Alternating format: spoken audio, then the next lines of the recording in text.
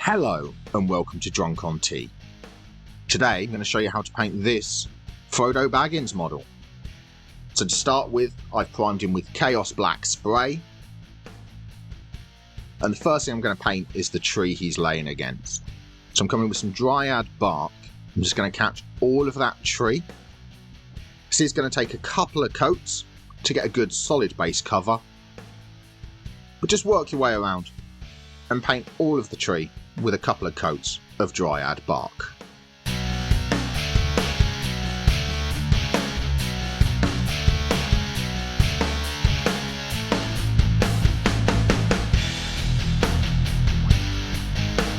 After you've got a solid base cover on the bark, I'm going to come in with some Nuln oil and give it an all over shade.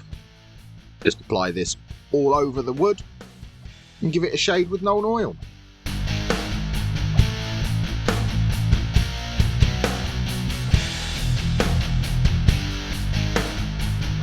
Once that Nuln oil is dried, you can see it's added some definition to the tree. So now I'm coming in with Baneblade Brown. I'm going to give this a dry brush all over that wood.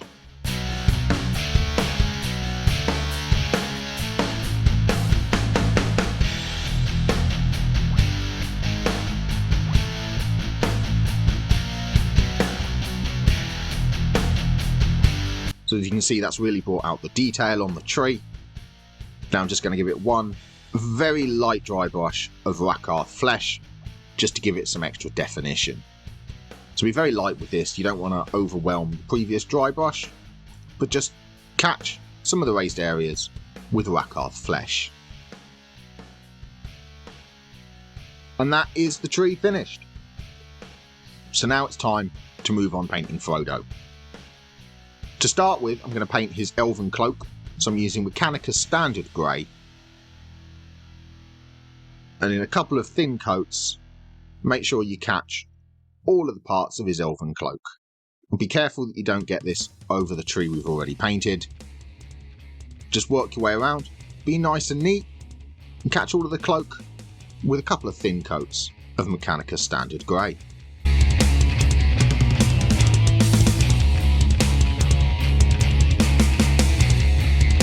Next I'm going to use some Celestra Grey. I'm going to paint his inner shirt with this one. So this is a very thin paint, so it is going to take two coats. Just be nice and neat and pick out all of his inner shirt.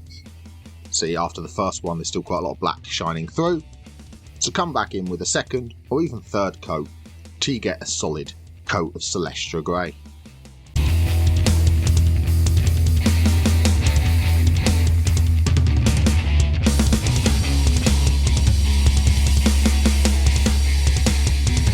Now that the shirt is painted, next up I'm going to paint his jacket. So for this I'm using Catachan flesh. Work your way around and pick out all of his jacket with a couple of coats of Catachan flesh. Obviously be nice and neat when you get around his cloak or his shirt, because you don't want to get this over the layers we've already painted. Just make sure you give everything a nice solid coat of Catachan flesh.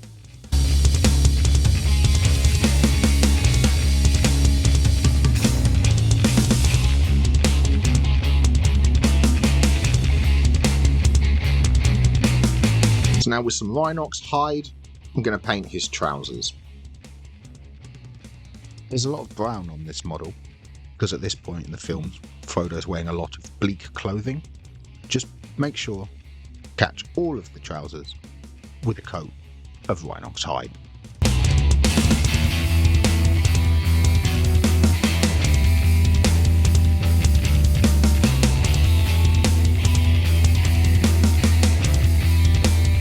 So that's the base coats applied to all of his clothes.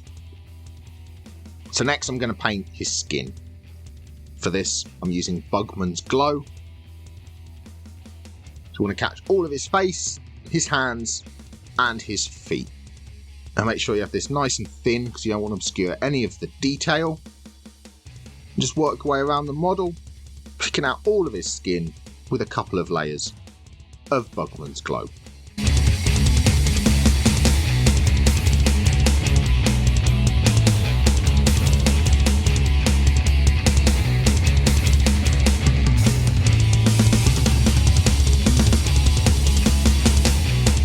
nice and careful when you get around his hands here. You don't want to get this on the cloak we've already painted.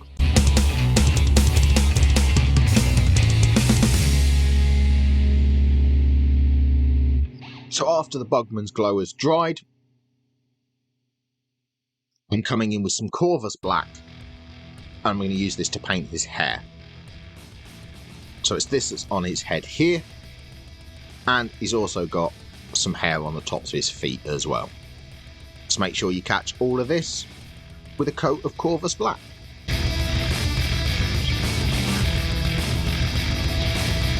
So there's just one more base coat to apply now to Frodo, and that's the leaf on his cloak. So for this I'm using Castillan green, and I'm just going to pick out the Elven leaf as the clasp to his cloak. So now it's time to start shading, so I'm coming with Whiteland Flesh Shade, and applying this on all of his skin.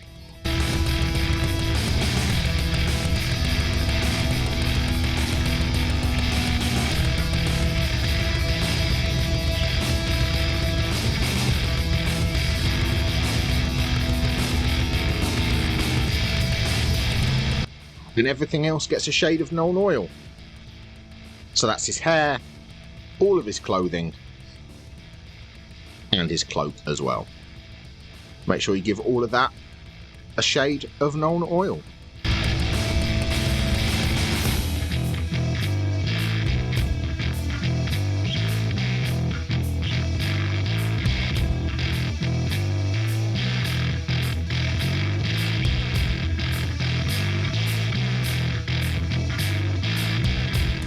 With those shades dried, we've really added some definition to Frodo. So the first thing I'm going to start highlighting is that Elven cloak. So I'm coming in with Mechanica Standard Grey to start, and I'm placing this on all the raised areas. So where the shade hasn't settled, I'm putting a thin layer of Mechanica Standard Grey.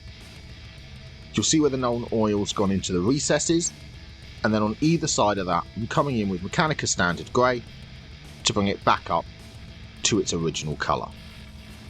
Just take your time with this step, work your way around, and wherever the shade has settled in a recess, on either side of it, come in with a thin layer of Mechanica Standard Grey.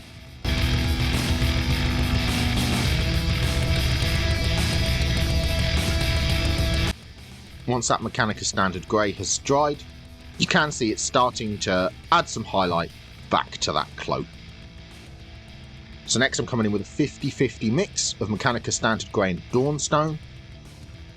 And we're going to replace this in the middle of all of those previous steps. By having this nice and thin, it will help build up a transition. You can come in and do 2 coats of this, putting the second coat in the middle of the first one. Just take your time, work your way around the model, and in the middle of all of your previous highlight steps, put a little bit of this 50-50 mix.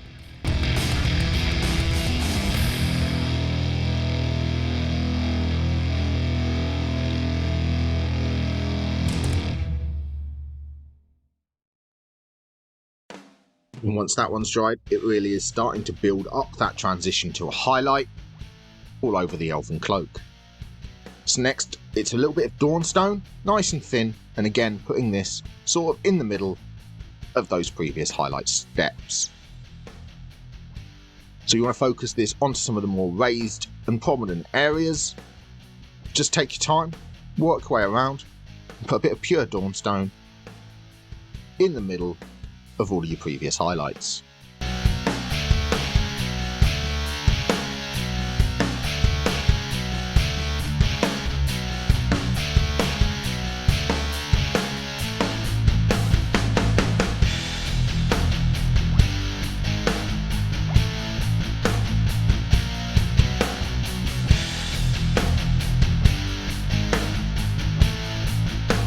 And finally, I'm coming in with some Administratum Grey and using this as an edge highlight on all of the most pronounced folds of the cloak. On the sharpest ones, you can use the side of your brush to get a nice neat line, But just work your way around, and at the edge of every fold, put a thin line of Administratum Grey.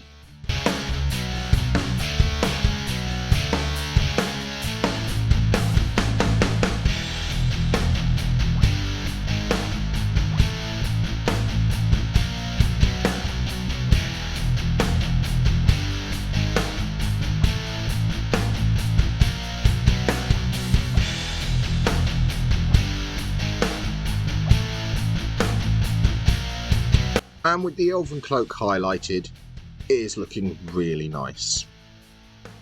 So next, I'm going to start highlighting his skin.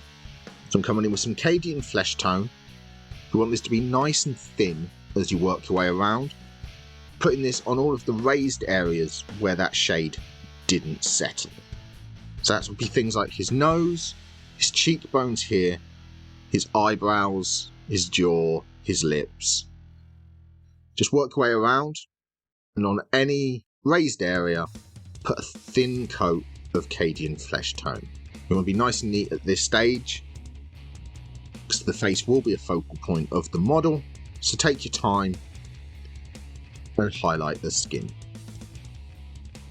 Then on his feet and his hands, you want to paint all his toes and his fingers, as well as any raised details, with a thin coat of Cadian flesh tone.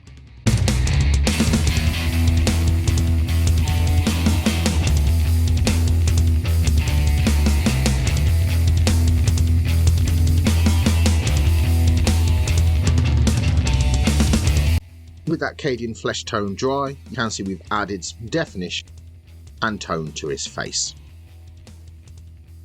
So next I'm coming in with Kislev flesh. For this I'm going to get the most prominent details of his skin. So that's things like his nose, his eyebrows, his bottom lip, and any strong pronounced cheekbones. Put a thin line of Kislev flesh.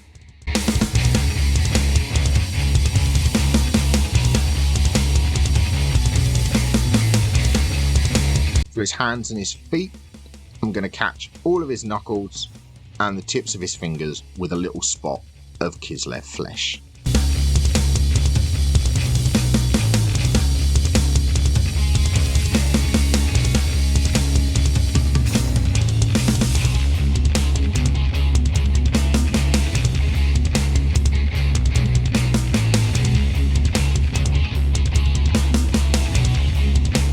And that's the skin highlighted.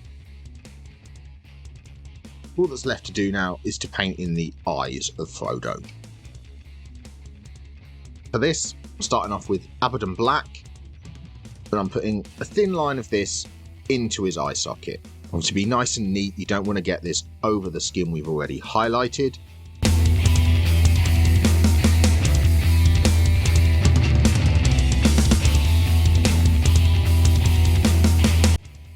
And with a bit of white scar, I'm going to put a thin line in the middle of that black we just applied.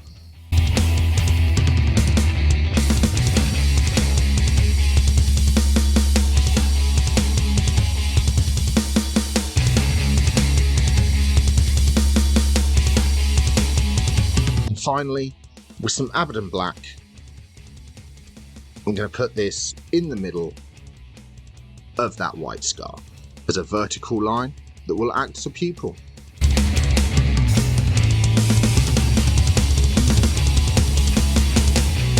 That's the face painted. So next I'm coming in with Celestra Grey. I'm going to highlight his shirt.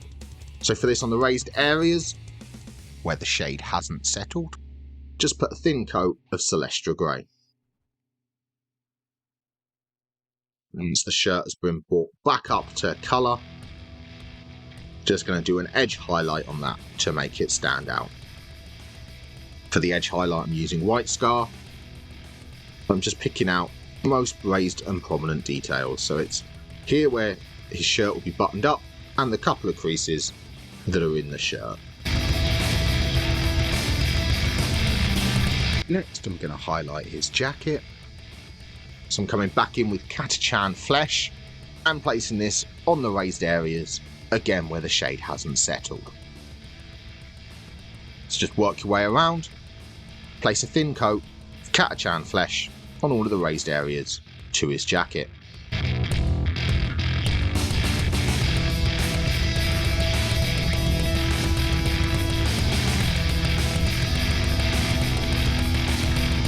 So after that Catachan flesh has dried, the next step is to come in with a 50-50 mix of Catachan flesh and Scrag brown, and once again place this in the middle of that previous step. To keep this nice and thin again, to help build up those nice transitions to a nice highlight.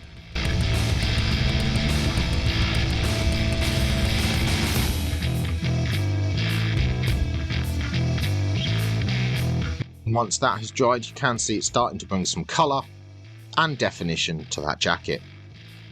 So now it's just an edge highlight with Scrag brown on all of the most prominent folds and details.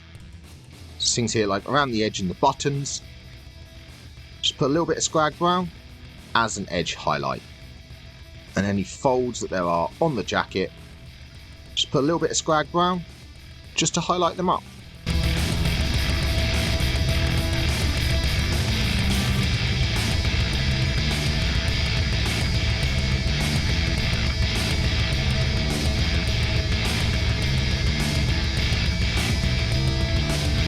And that's the jacket complete. So next I'm going to start highlighting his trousers. So I'm coming in with Rhinox hide again and putting this once again on the areas where the shade hasn't settled.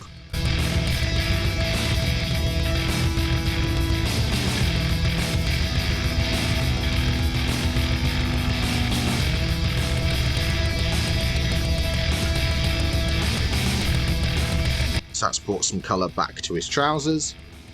So now it's a 50-50 mix of Rhinox hide and Gorthor brown, once again placing this in the middle of the previous step.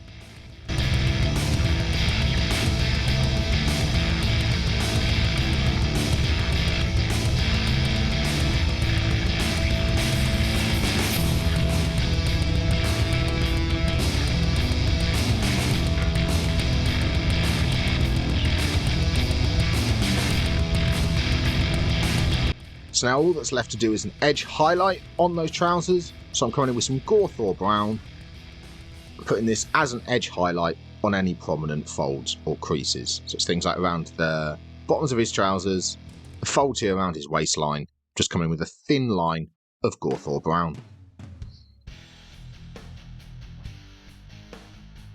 And that is the trousers painted on Frodo.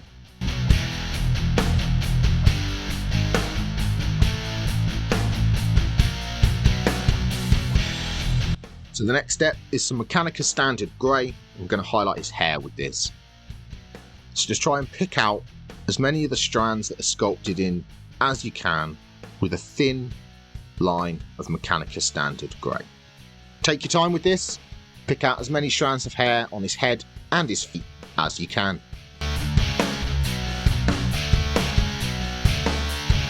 So now there's only one thing left to paint on this model, and that's this little plant next to the tree.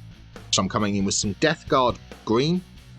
I'm going to base coat this little bush that's next to the tree.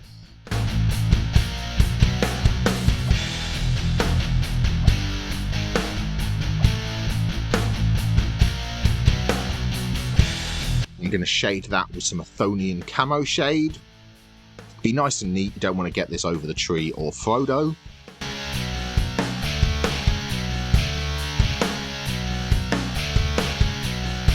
And then once that's dried, it's just a little edge highlight on all of the leaves with a coat of Nurgling green. But just pick out all of the leaves with a thin coat of Nurgling green as a highlight.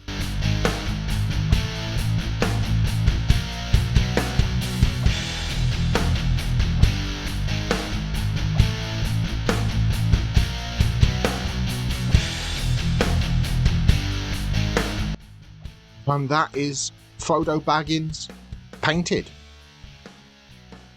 I hope you enjoyed this video. If you did, don't forget to like and subscribe. And also comment down below and let me know what other members of the Fellowship you would like to see me paint. So thank you very much for watching and enjoy painting.